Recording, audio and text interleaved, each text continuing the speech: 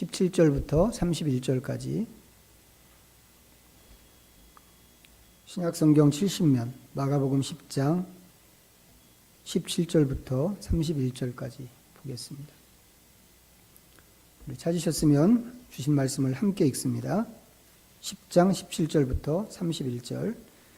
예수께서 길에 나아가실새 한 사람이 달려와서 꿇어앉아 묻자오되 선한 선생님이여 내가 무엇을 하여야 영생을 얻으리이까? 예수께서 이르시되 내가 어찌하여 나를 선하다 일컫느냐? 하나님 한 분 외에는 선한 이가 없느니라. 내가 계명을 안 하니 살인하지 말라, 간음하지 말라, 도둑질하지 말라, 거짓 증언하지 말라, 속여 빼앗지 말라, 내 부모를 공경하라 하였느니라. 그가 여짜오되 선생님이여 이것은 내가 어려서부터 다 지켰나이다. 예수께서 그를 보시고 사랑하사 이르시되 내게 아직도 한 가지 부족한 것이 있으니 가서 내게 있는 것을 다 팔아 가난한 자들에게 주라. 그리하면 하늘에서 보화가 내게 있으리라. 그리고 와서 나를 따르라 하시니 그 사람은 재물이 많은 고로 이 말씀으로 인하여 슬픈 기색을 띠고 근심하며 가니라. 예수께서 둘러보시고 제자들에게 이르시되 재물이 있는 자는 하나님의 나라에 들어가기가 심히 어렵도다 하시니 제자들이 그 말씀에 놀라는지라. 예수께서 다시 대답하여 이르시되 얘들아 하나님의 나라에 들어가기가 얼마나 어려운지 낙타가 바늘귀에 나가는 것이 부자가 하나님의 나라에 들어가는 것보다 쉬우니라 하시니 제자들이 매우 놀라 서로 말하되 그런즉 누가 구원을 얻을 수 있는가 하니 예수께서 그들을 보시며 이르시되 사람으로는 할 수 없으되 하나님으로는 그렇지 아니하니 하나님으로서는 다 하실 수 있느니라. 베드로가 여짜와 이르되 보소서 우리가 모든 것을 버리고 주를 따랐나이다. 예수께서 이르시되 내가 진실로 너희에게 이르노니 나와 복음을 위하여 집이나 형제나 자매나 어머니나 아버지나 자식이나 전토를 벌인 자는 현세에 있어 집과 형제와 자매와 어머니와 자식과 전토를 100배나 받되 박해를 겸하여 받고 내세의 영생을 받지 못할 자가 없느니라. 그러나 먼저 된 자로서 나중되고 나중된 자로서 먼저 될 자가 많으니라. 아멘. 우리가 지금 성육신 이야기 좀 하고 있습니다. 오늘 특별히 추수감사절이기도 하지만 우리가 정해진 또 본문들이 있어서 성육신 이야기를 좀 계속하도록 그렇게 하겠습니다. 이 하나님이 인간으로 오셨다고 하는 이 이야기 속에 들어있는 의미들, 그 깊은 의미와 뜻이 무엇인가 이제 하는 것을 지금 다루고 있고 그것을 특별히 이제 예수님의 제자됨과 연결해서 지금 이제 말씀을 보고 있습니다. 지난주에는 예수님의 제자되는 길에 대해서 좀 가장 대표적인 그런 말씀을 읽었는데 오늘은 주제적으로 이제 그것과 연결되는 이제 그런 말씀을 읽었습니다. 오늘 읽은 말씀은 이제 마태, 마가, 누가 이 세 복음서가 공통적으로 다루는 그런 이야기입니다. 그만큼 우리가 성경을 읽다 보면 자주 대하는 말씀이 될 수 있고 또 실제로 우리한테는 잘 알려진 유명한 말씀이기도 합니다. 자, 그런데 이 이야기에서 예수님께 나온 이 사람을 이제 각각의 복음서가 부자, 청년, 관원으로 이렇게 따로따로 소개를 하고 있습니다. 그래서 우리는 이제 이것을 다 합쳐서 보통 이제 부자, 청년, 관원 이야기라고 이제 이렇게 편하게 부릅니다. 자, 부자이고 청년이고 이제 관원이기도 한 어떤 사람이 어느 날 길을 가시는 예수님에게 나와서 영생을 물었습니다. 질문은 이거죠. 선한 선생님이여 내가 무엇을 하여야 영생을 얻으리이까? 그러자 예수님께서 10계명을 지키라고 그러셨습니다. 19절입니다. 그 예수님의 말씀이 내가 계명을 안 하니 살인하지 말라, 간음하지 말라, 도둑질하지 말라, 거짓 증언하지 말라, 속여 빼앗지 말라, 내 부모를 공경하라 하였느니라. 10계명을 아시겠지만 이 지금 말씀하신 이 계명들은 10계명의 후반부입니다. 5계명에서 제 10계명까지 1부터 4계명은 왜 말씀하지 않으셨을까요? 그 1부터 4계명, 그 10계명의 앞부분은 영생을 얻는 일에 해당되지 않는 계명인가요? 예수님께서 이 질문에 대한 대답을 따로 말씀하시지는 않았습니다만 추측을 해보면 같은 십계명이라고 하더라도 지금 말씀하신 이쪽 대목이 소홀히 여겨질 수 있는 부분이기 때문이 아닐까라고 추측을 해볼 수 있습니다. 십계명은 이제 크게 나누면 두 덩어리죠. 첫째는 하나님을 사랑하라라고 하는 계명 한 덩어리하고, 그리고 나머지 이웃을 사랑하라라고 하는 그런 계명 한 덩어리입니다. 1부터 4계명까지는 하나님과의 관계에 있어서 지켜야 하는 계명이고, 5부터 10계명까지는 사람들 사이에서 지켜야 되는 계명입니다. 그런데 성경 시대에 이런 장면이 있었습니다. 마가복음 7장으로 가서 한번 보겠습니다. 64면에 있습니다. 마가복음 7장 9절부터 13절까지 같이 한번 읽어보겠습니다. 7장 9절부터 13절 시작. 또 이르시되 너희가 너희 전통을 지키려고 하나님의 계명을 잘 저버리는도다. 모세는 내 부모를 공경하라 하고 또 아버지나 어머니를 모욕하는 자는 죽임을 당하리라 하였거늘 너희는 이르되 사람이 아버지에게나 어머니에게나 말하기를 내가 드려 유익하게 할 것이 고르반 곧 하나님께 드림이 되었다고 하기만 하면 그만이라 하고 자기 아버지나 어머니에게 다시 아무것도 하여 드리기를 허락하지 아니하여 너희가 전한 전통으로 하나님의 말씀을 폐하며 또 이 같은 일을 많이 행하느니라 하시고, 모세가 말했다고 하는 내 부모를 공경하라, 이제 이 계명은 십계명에 있는 명령이죠. 그리고 그 십계명은 출애굽기 20장에 나오는 말씀입니다.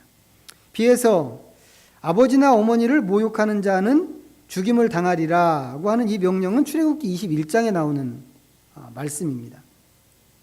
십계명을 그 시내산에서 하나님께서 십계명을 이스라엘 백성들에게 주시고 20장에서 주셨다고 그랬어요. 20장에서 십계명을 주시고 출애굽기 21장부터 몇 장에 걸쳐서 백성 앞에 세울 법규라고 하면서 긴 명령들을 주셨습니다. 그래서 출애굽기 21장부터 여러 장에 걸쳐서 이제 그 명령이 소개되고 있습니다. 그런데 그 안에 부모에 대한 규정이 있는 겁니다.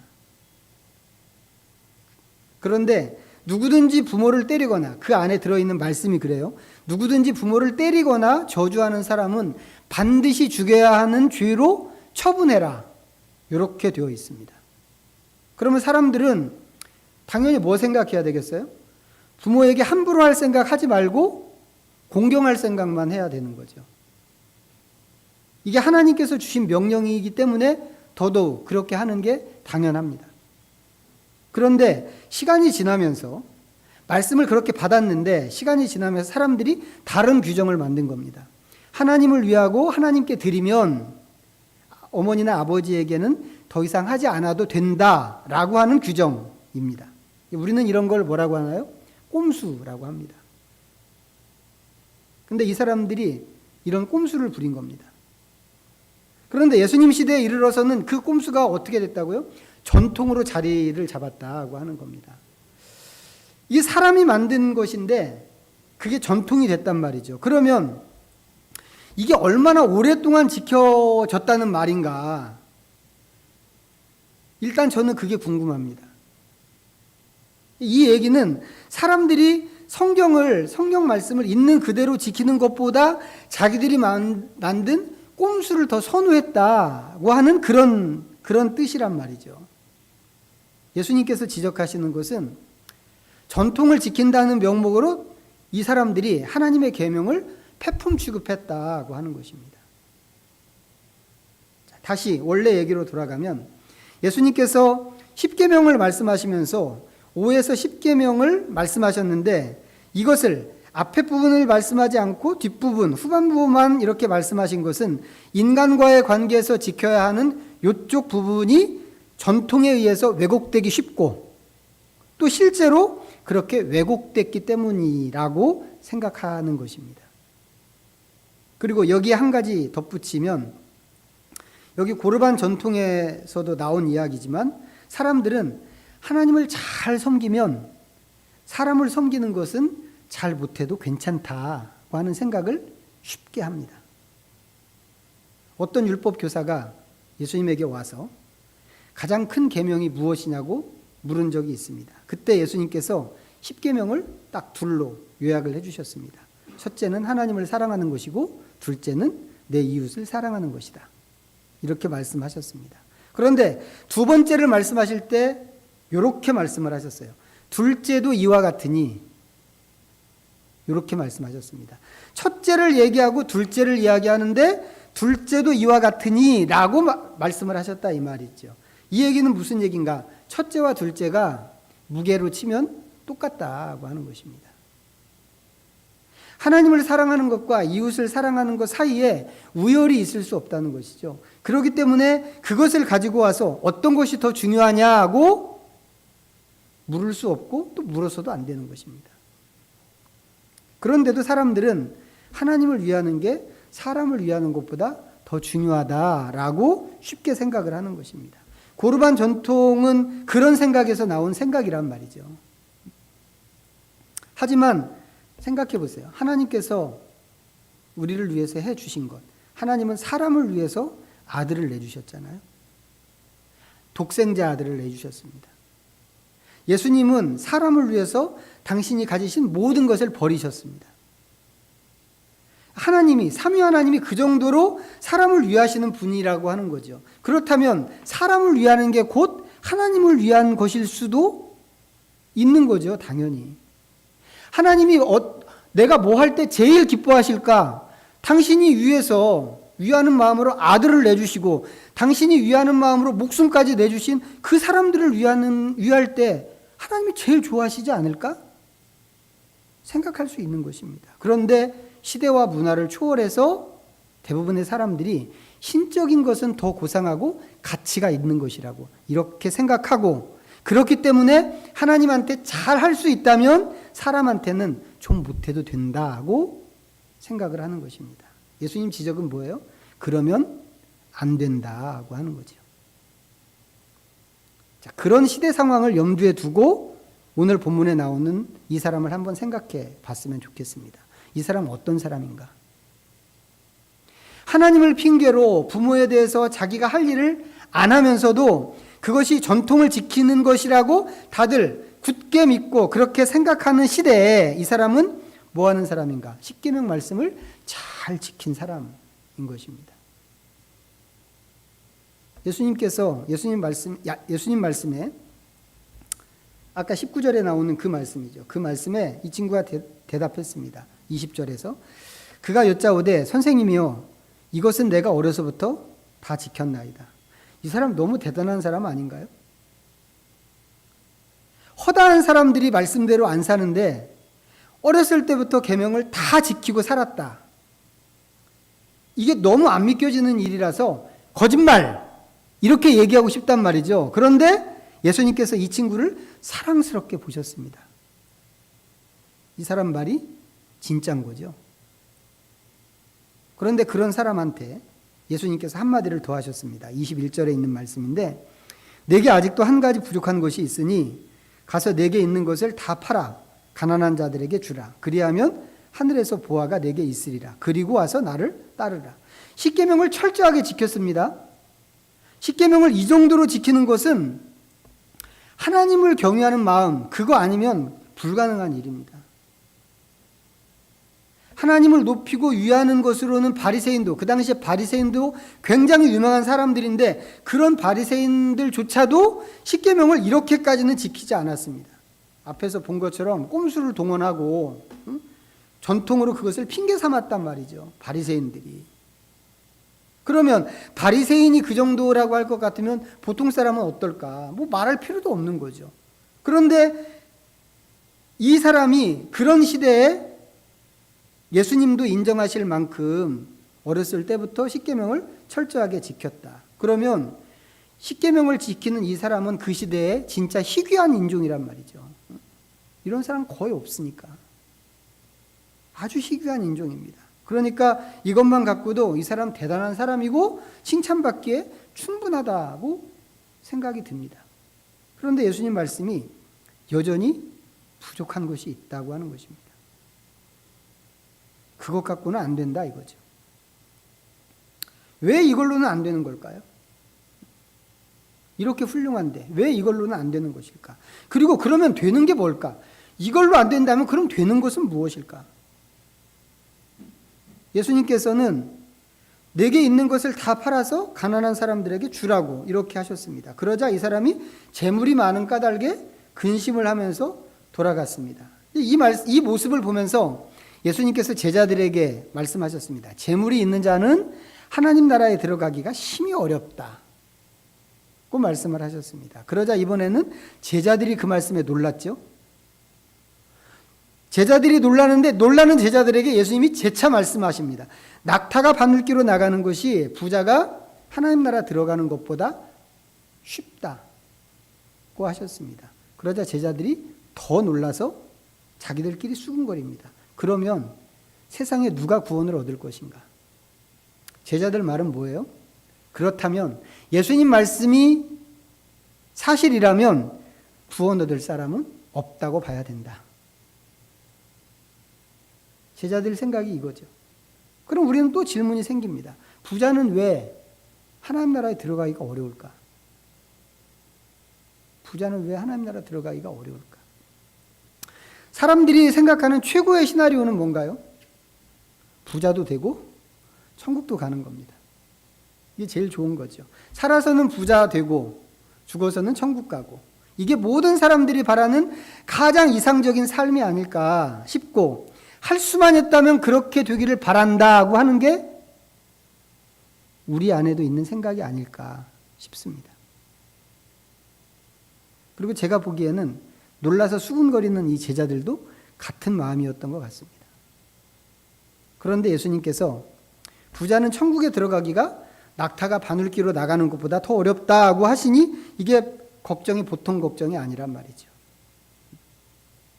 그런데 이게 또 우리만의 걱정이 아니고, 생각해 보면 성경을 읽는 대부분의 사람들이 하는 걱정이기도 합니다. 그래서 예수님의 말씀을, 이제 이런 말씀을 풀을 때 이 말씀을, 이 걱정, 우리 안에 예수님의 말씀을 들을 때 생기는 걱정을 해소하는 방향으로 이 말씀을 풀려고 하는 사람들이 있습니다. 예를 들면 이런 겁니다.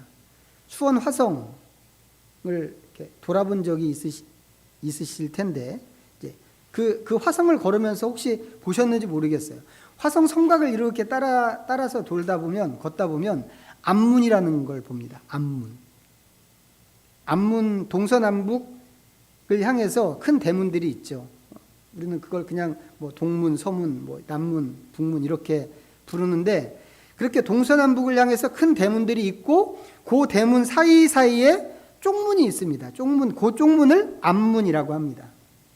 이 암문은 이제 전쟁 같은 이제 비상시국에 사용하는 그런 문입니다. 물론 이제 평시에도 다닐 수는 있지만, 비상시국에 이제 요 문을 통해서 이제 적군 몰래 파발을 보내기도 하고 물자를 공급하기도 하고 들여오고 이렇게 합니다. 그런데 예루살렘 성을 비롯해서 이스라엘에 있는 성들도 그런 문이 있다고 하는 겁니다. 그리고 우리는 그런 문을 암문이라고 하는데, 이스라엘 사람들은 그것을 바늘귀 문이라고 한다는 거예요.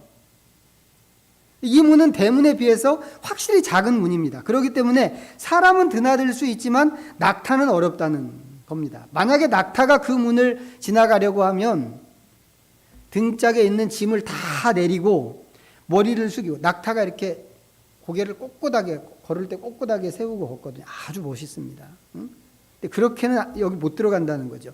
거기를 지나가려면 머리를 숙이고 거의 무릎으로 기다시피 해야 겨우 지나갈 수 있다고 하는 겁니다. 그러면서 예수님 말씀이 상대적으로 어렵다는 말씀이지, 부자는 천국에 들어가기가 너무 어려워서 낙타가 바늘기로 나가는 것보다 더 어려워라고 하는 이 말씀이 상대적으로 어렵다는 말씀이지, 불가능하다라고 하는 그런 말은 아니고, 제자들도 예수님의 말씀을, 그 의도를 잘 알아들었을 거라고 이렇게 풀고 있습니다. 이런 풀이를 들어보셨나요? 한 번쯤 안 들어보셨나요? 아, 그렇군요. 인터넷을 찾으면 그냥 금방 찾을 수 있습니다. 이런 풀이는. 그러니까 이게 상당히 많은 사람들한테 알려져 있는 풀이란 말이에요. 그런데 예루살렘 성에 그런 쪽문, 정식 문이 아닌 쪽문이 그냥 마치 뭐 개구멍이라고 생각할 수도 있는 그런 쪽문이 있을 수는 있다고 생각하는데 그 문을 진짜 바늘귀 문이라고 하는지 그거는 잘 모르겠어요. 그건. 예루살렘 성을 봤을 때 뭐 설명해 주는 가이드가 뭐 그것까지는 얘기해 준 적이 없어서 정말 그렇게 바늘귀 문이라고 부르는지는 모르겠습니다. 그런데 오늘 본문 말씀에 보면 예수님의 바늘귀 이야기에 제자들이 더 놀라는 장면이 나옵니다. 아까도 놀랐거든요. 앞에서 한번 놀랐는데 예수님께서 바늘귀 이야기를 하시니까 이번에 더 많이 놀란 겁니다. 그러면서 자기들끼리 수군거렸습니다. 만약에 예수님이 비유적으로 말씀하신다고 하는 것을 제자들이 생각했다면 이거 놀랄 일이 아니죠. 이거 비유의 말씀이구나 라고 생각했을 거니까. 더더군다나 수군거릴 일은 더욱 아닙니다.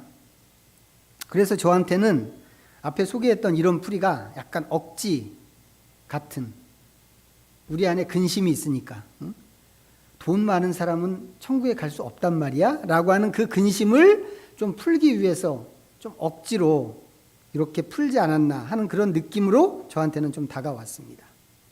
그렇다면 예수님은 무슨 말씀을 하신 걸까요? 진짜 돈이 많은 사람은 구원받을 수 없다, 그런 말씀일까요? 그렇다면 돈이 많은 사람은 왜 천국에 들어가기가 어려울까요? 사실 오늘 본문으로 읽은 말씀은 자세히 보면 단순하게 돈을 벌여라 이런 말씀이 아닙니다. 이야기의 후반부에 나오는데 예수님 말씀에 베드로가 이야기했습니다. 선생님, 우리가 모든 것을 버리고 주님을 따랐습니다. 이 사람들 정말 그렇게 했단 말이죠. 대표적으로 어부였던 사람들을 생각할 수 있는데 마태복음 4장에 보면 고기잡이 어부로 살던 사람들이 그물도 버리고 배도 버리고 심지어는 아버지까지 버리고 예수님을 따라간 그 장면을 볼 수 있습니다. 세리로 일하던 마태도 그랬죠. 예수님의 부르심에 세관에서 일하다 말고 벌떡 일어나서 쫓아갔습니다. 이 정도 되면 모든 것을 다 버렸다고 해도 과장이라고 할 수 없습니다. 베드로는 자기들이 그렇게까지 했다고 하는 것을 상기시키면서 예수님에게 이 말을 했던 것 같습니다. 그리고 다른 제자들도 자기들이 한 게 있으니까 다들 베드로의 말에 동의하고 그렇게 생각했을 것 같습니다. 그런 제자들에게 예수님께서 한마디를 더 덧붙이셨는데 뭐라고 하면서 덧붙이셨냐면 이렇게 말씀하십니다.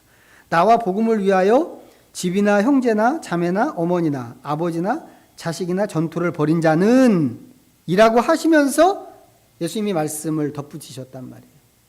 뭐 하시는 건가요? 그거 당연한 거다, 이 얘기입니다. 선생님, 우리가 다 버리고 쫓았는데요? 그거 당연한 거다. 예수님을 위해서 부모 형제를 버려야 된다고 하는 이 얘기는 지난주에 있는 말씀하고도 중복되는 거죠. 지난주에 읽었던 말씀도 이 얘기가 나왔습니다. 성경이 이런 얘기를 반복해서 이야기하는 겁니다.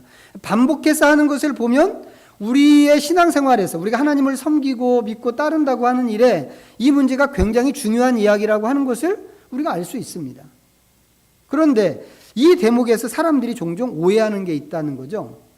하나님을 잘 섬기기 위해서는 부모나 형제를 멀리 해야 된다고 생각하는 겁니다. 관계를 완전히 끊고 사는 것까지는 아니지만 시간과 에너지를 그 사람들에게 사용하고 쓰기보다는 하나님께 집중하는데 최선을 다해야 된다고 하는 그런 식으로 예수님의 이런 말씀을 생각하는 겁니다. 그런데 이렇게 되면 앞에서 예수님이 하셨던 말씀 10계명하고 충돌이 된단 말이죠. 내가 무엇을 하면 영생을 얻을 수 있겠습니까? 라고 와서 묻는 사람한테 내 부모를 공경하라고 하는 그 계명에 충실해라 라고 그러셨단 말이에요. 그런가 하면 성경에는 또 이런 말씀도 있습니다. 찾아보세요. 디모데전서 5장. 오늘 본문에다 표시를 좀 해놓으시고 디모데전서 5장입니다. 340면.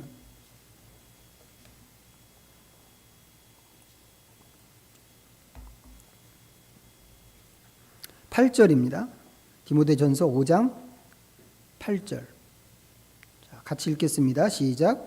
누구든지 자기 친족, 특히 자기 가족을 돌보지 아니하면 믿음을 배반한 자요 불신자보다 더 악한 자니라. 이 말씀은 부모, 형제 같은 가족을 버려야 할 존재가 아닌 돌봐야 되는 존재로 그렇게 이야기를 하고 있습니다. 그러니까 주님을 위해서 부모, 형제를 버려라고 하는 그 말씀을 그냥 문자 그대로 읽게 되면 같은 예수님 말씀 안에서도 서로 충돌되는 그런 문제가 생긴다고 하는 겁니다. 예수님이 과연 그런 식으로 말씀을 하셨을까? 여기서는 이렇게 말씀하시고 저기가 되돌아서서는 또 저렇게 말씀하시고 반대로 그렇게 말씀을 하셨을까? 그러지는 않으셨을 거라는 거죠. 여기에 이제 또 한 가지 덧붙여서 생각해야 되는 사실은 예수님께서 말씀하신 이런 요구, 나와 복음을 위해서 부모를 버리고 자식을 버리고 형제 자매를 버리고 이렇게 하라고 하는 이 요구가 예수님만 하시는 요구가 아니라고 하는 겁니다. 그럼 또 누가 요구하는 걸까요? 우리가 금방 예를 찾을 수 있는데 가끔 뉴스에서도 보는 이야기입니다. 어떤 사람들은 우리 사회에서 돈 때문에 형제하고 인연을 끊고 아주 치열하게 머리 터지게 싸우기도 하고 그렇게 합니다. 심지어는 돈 때문에 아버지한테 칼부림을 하고 죽이기도 하고 그런 일들을 하는 사람이 있습니다. 우리가 뉴스에서 본단 말이죠.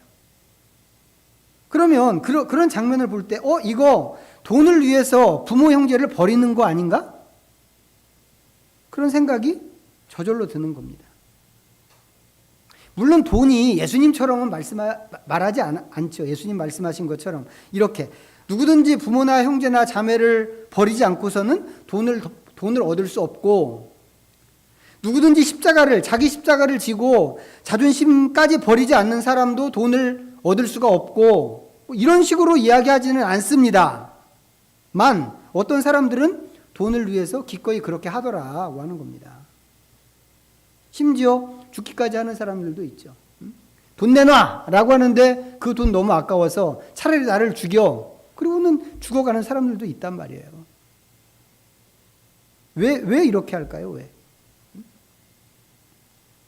그것은 좋은 것을, 내가 정말 소중하다고 생각하는 그것을 얻고자 하는 데는 어디서든지 이 원리가 동일하게 작동하기 때문에 그런 것입니다. 그런 측면에서 오늘 말씀이 보여주는 교훈은 버리는 문제이기도 하지만 어떤 것을 가치 있고 소중하게 여기느냐 하는 그런 문제이기도 하는 것입니다. 무엇이 나에게 소중하고 가치 있는 것이냐. 처음에 예수님을 찾아왔던 사람은 영생을 얻기 위해서 찾아왔습니다. 이 사람은 영생을 가치 있고 소중한 것이라고 생각했겠죠. 그래서 그것을 얻자고 예수님을 찾아왔습니다. 그런데 그 사람이 생각하는 영생이라고 하는 것은 무엇보다 가치 있고 무엇보다 소중한가? 이 사람한테 영생은 십계명을 지키는 것보다는 소중합니다. 가치 있죠. 십계명을 지키는 게 얼마나 어려워요. 10가지 계명 중에 단 한 가지라도 완벽하게 지키나요, 우리는? 쉽지 않단 말이죠. 십계명을 지키는 정말 어렵습니다. 이게 너무 어려운 일이기 때문에 유대인들은 꼼수를 부렸단 말이에요. 그렇게 지키지 말자고. 근데 이 친구는 그 정도의 힘든 거 얼마든지 감당할 수 있다고 생각한 것 같단 말이죠.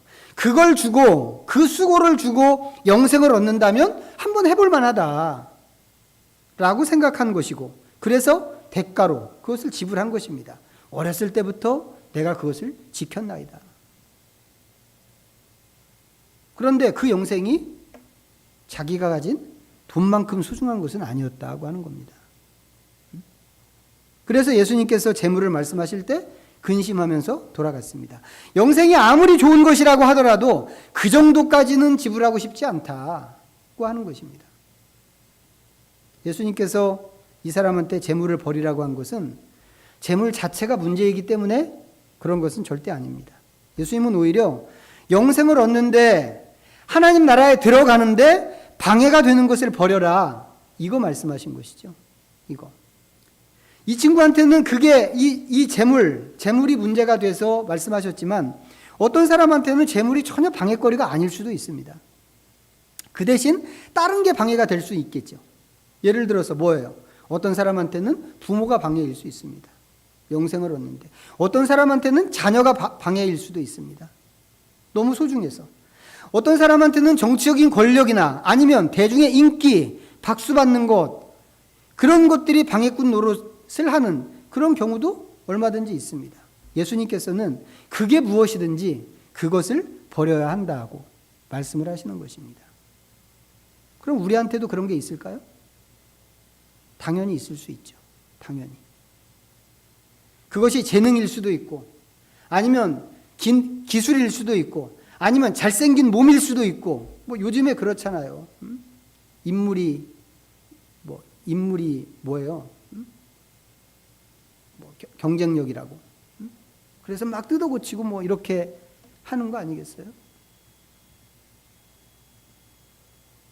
내가 생각하는 가장 소중한 것. 잃어버리면 절대 안 되고, 잃어버리느니 차라리 죽는 게 나라고 생각할 만큼 소중하게 생각하는 것. 그것이 무엇인지 빨리 발견하고 버리는 것. 이게 예수님께서 바라시는 우리가 할 일이라고 하는 것입니다. 그런데 이렇게 하려면 이거에 앞서서 먼저 해야 되는 거 있죠. 뭘까요? 영생이 얼마나 중요하고 좋은 것인가를 아는 것입니다. 아는 것. 오늘 예수님을 찾아온 이 사람의 가장 큰 문제가 바로 이것이었습니다. 이 사람 믿음 좋은 사람이었어요. 십계명을 이만큼 지킬 수 있을 정도로 믿음 좋은 사람인데 다른 사람 안 지킬 때 자기 혼자 그걸 다 지키면서도 여전히 내가 영생을 얻기 위해서 뭘 더 해야 될까요? 라고 예수님께 와서 질문을 할 만큼 영성 있는 사람이고 깨어있는 사람이란 말이죠. 이 사람 성실한 사람이고 공부도 많이 한 사람입니다. 관원이니까. 응? 어디다 내놔도 꿀릴 데가 없는 사람인데 영생이 무엇인지를 몰랐다. 이게 큰 문제였단 말이죠. 영생이 얻는 길이 무엇이냐고 묻는 것만 봤을 때는 영생을 아는 사람처럼 보였습니다. 영생 너무 소중한 건데 내가 그거 얻고 싶습니다. 내가 뭐 해야 할까요? 라고 물을 때 영생을 아니까 와서 묻는 거 아니었을까? 싶단 말이죠. 그런데 그보다 더 중요한 게 있어서 영생을 포기하고 돌아가는 것을 보면 이 사람은 영생이 뭔지, 영생의 진가를 아직 모르는 사람이구나 하는 것을 확인하게 되는 것입니다. 안다고 생각했고 그래서 그것을 갖고 싶다고 생각하고 왔겠지만 실제로는 모르는 사람이었던 거죠. 그 본질을 꿰뚫어 보신 예수님께서 그가 가장 중요하게 생각하는 것을 내놓으라고 하셨는데 이 사람이 그 고개를 넘지 못하고 간 것입니다. 우리가 오늘 부자 청년 관원 이야기를 뭐 이런 식으로 읽었는데 이거 누구한테나 있을 수 있는 그런 일입니다. 진짜 누구나 이럴 수 있죠. 이 청년처럼 그렇게 될 수 있습니다. 그렇기 때문에 나도 그럴 수 있다고 하는 것을 생각해야만 합니다. 나한테 가장 소중한 것은 무엇인가? 나한테 소중한 것. 너무 소중해서 너무 꽉 붙잡고 있어서 내가 하나님과 하나가 되고 하나님의 아들처럼 되는 것을 방해하는 것. 예수님께서는 우리에게 그것을 버리라고 그렇게 말씀하시는 것입니다. 예수님의 성육신이 갖고 있는 핵심적인 사상은 자기 비움이라고 그랬습니다. 그리고 예수님의 제자가 되는 과정에서 요구되는 것도 자기 비움이라고 그랬죠. 오늘 읽은 부자 청년 관원 이야기에서도 핵심적으로 요구되는 것이 자기 비움입니다. 우리가 이 말씀을 잘 따라갈 수 있으면 좋겠습니다. 단지 희망사항이 아니라 나 그렇게 하고 싶어 이게 아니라 정말 이런 수준으로 나갈 수 있기를 바랍니다. 이걸 위해서 우리가 금식하는 거예요. 금식도 하고 성경도 읽고 기도도 하고 그렇게 하는 것입니다. 아무쪼록 철저하게 연습하고 끝까지 잘 다듬어서 하나님의 목표에 다다르는 믿음의 식구들이 다 되시기를 부탁드리겠습니다. 기도하겠습니다. 잠시 묵상하면서 하나님 앞에 오늘 말씀 들고 나갑니다.